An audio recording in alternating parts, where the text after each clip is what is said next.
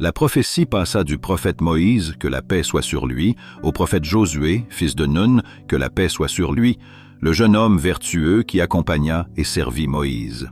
Il est mentionné dans la sourate Al-Kahf, lors du récit de leur voyage, le jeune compagnon de Moïse. Josué, que la paix soit sur lui, prit la tête des enfants d'Israël, à la fois comme prophète et comme chef. Il les mena en campagne pour combattre et œuvrer pour la cause de Dieu, en fixant des conditions précises à ceux qui l'accompagneraient. Ceci afin de garantir la pureté des intentions des guerriers et que leur cœur soit entièrement dévoué à Dieu, détaché de tout attachement terrestre.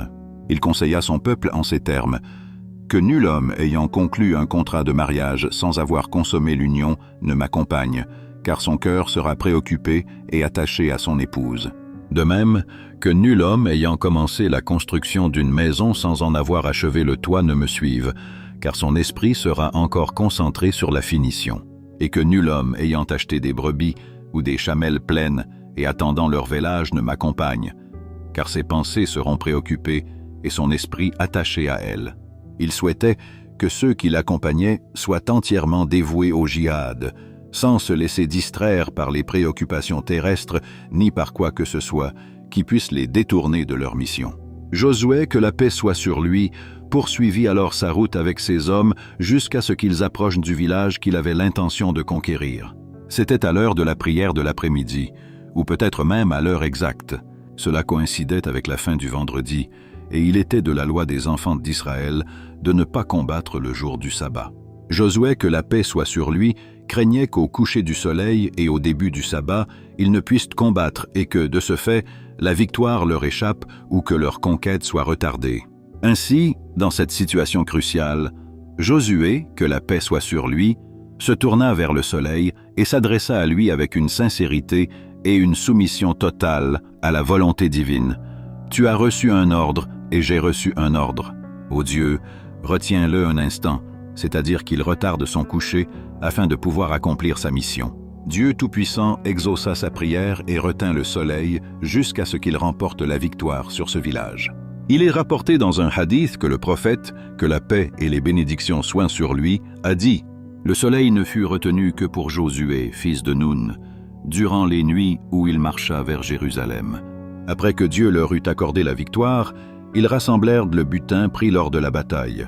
Selon la coutume des enfants d'Israël, le butin n'était pas partagé, mais rassemblé. Puis le feu descendait du ciel pour le consumer en signe d'agrément divin. Lorsqu'ils eurent rassemblé le butin et l'eurent préparé, le feu descendit pour le consumer, mais cette fois-ci, il ne le fit pas. Josué, que la paix soit sur lui, fut stupéfait et comprit que quelque chose clochait. Il dit à son peuple: « Il y a de la malhonnêteté parmi vous », sous-entendant que l'un d'entre vous avait détourné une partie du butin de guerre avant qu'il ne soit rassemblé, et c'était la raison de leur rejet. Il ordonna alors qu'un homme de chaque tribu lui prête serment d'allégeance, c'est-à-dire qu'il mette sa main dans la sienne afin que Dieu puisse révéler le traître. Ils s'exécutèrent, et la main de l'un d'eux resta collée à la sienne. Il sut ainsi que la trahison venait de cette tribu. Il demanda alors aux membres de cette tribu de lui prêter serment d'allégeance un par un, et les mains de 2 ou 3 hommes restèrent collées à la sienne. Il sut ainsi que c'était eux qui l'avaient trahi. Ils avouèrent leur faute et présentèrent une pièce d'or en forme de tête de vache qu'ils avaient subtilisée dans le butin et la déposèrent avec le reste de l'argent.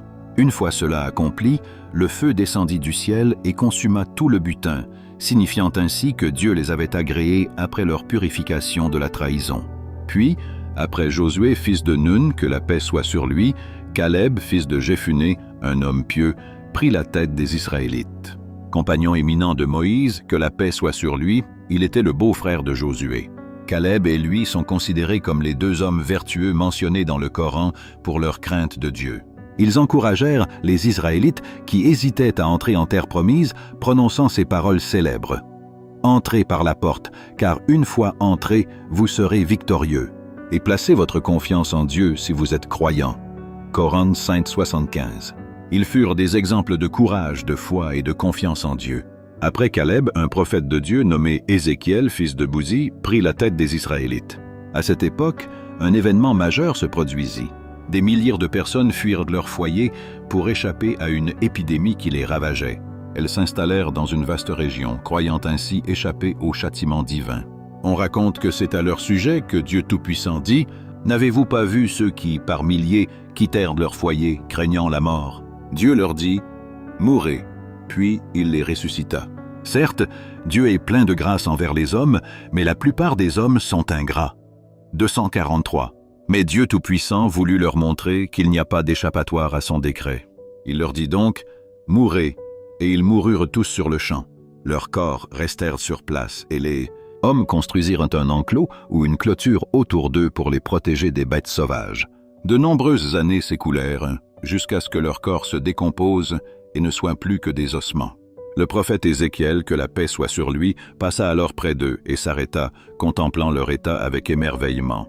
On lui demanda « Souhaiterais-tu que Dieu les ramène à la vie sous tes yeux ?» Il répondit avec une foi et une certitude absolue « Oui ». Alors il pria Dieu Tout-Puissant, et Dieu les ramena tous à la vie sous ses yeux. Ils revinrent à la vie après avoir été morts, dans une scène magnifique illustrant la puissance absolue de Dieu, qui donne la vie et la reprend, et qui est capable de toutes choses.